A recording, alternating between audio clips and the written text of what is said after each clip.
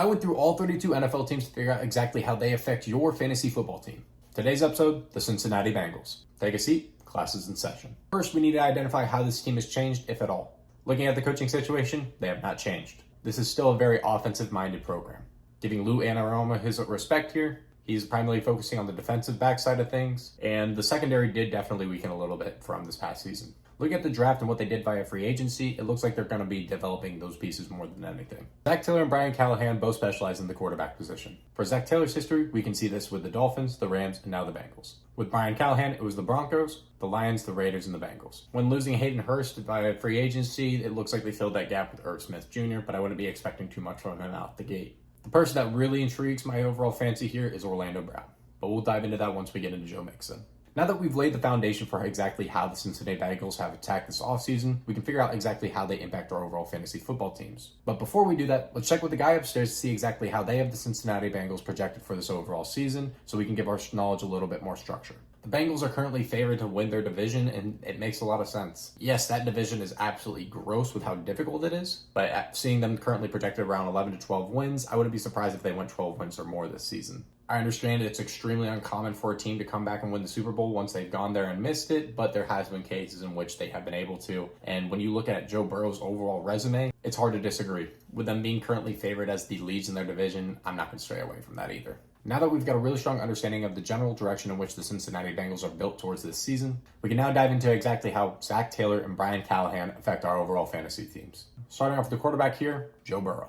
As you can see by the coaching totals, it's an overall uptrend. I don't expect this to dip back in any facet. If anything, I could see it improving, but I would put Joe Burrow more in that 22 fantasy point range, a little bit below Justin Fields, if I'm being completely honest, just because I don't think that Joe Burrow has nearly the rushing upside that Justin Fields does. And I'd like to think that both you and I can agree on that. But with that being said, if he throws for 40 plus touchdowns this year, he has a very good argument for being the quarterback one.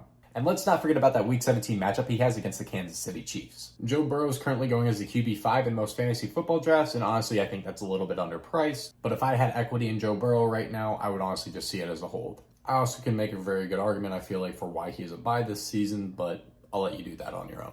Moving over to the running back one, and probably the guy we should be most optimistic about this season, Joe Mixon. And before we dive into this overall upwards trajectory that we're seeing from both coaches in the running back position, I think the biggest impact here for the running game is signing Orlando Brown. And not just because he's a great offensive tackle, but more due to the fact that he and Joe Mixon already have chemistry from college. I'm a very big believer in chemistry, and I think that's a big reason why we see Joe Burrow and Jamar Chase perform so well together. I expect this overall uptrend to continue, and with Joe Mixon currently going as the RB16 in most fantasy drafts, I think that's way underpriced here. I think we can expect about a floor of potentially 20 fantasy points per game from him this year. And yes, that would likely put him as a top 3 running back in fantasy this year.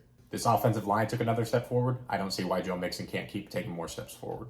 Moving over to the running back 2 spot, and that is Chase Brown. Chase Brown is currently going as the RB58 in most fantasy drafts. That is extremely underpriced for the overall handcuff potential that we have here. God forbid something happens to Joe Mixon, I really think that Chase Brown can thrive in this offense. But I think going off the charts here more than anything, since he is in a handcuff position, 78 fantasy points per game makes a lot of sense. Now moving on to the wide receiver 1, Jamar Chase. I think if we're expecting Joe Burrow to take a step forward, we also have to expect Jamar Chase to take another step forward barring injury. This is a guy that really can average you at least 20 fantasy points per game, and we've seen what he does when he really wants to get going. The chemistry between him and Joe Burrow is unmatched, and I would not be surprised if he goes as the wide receiver 1 by the time this season ends. Jamar Chase is going as the number 2 overall pick in most fantasy drafts, and honestly, yeah, that's proper value.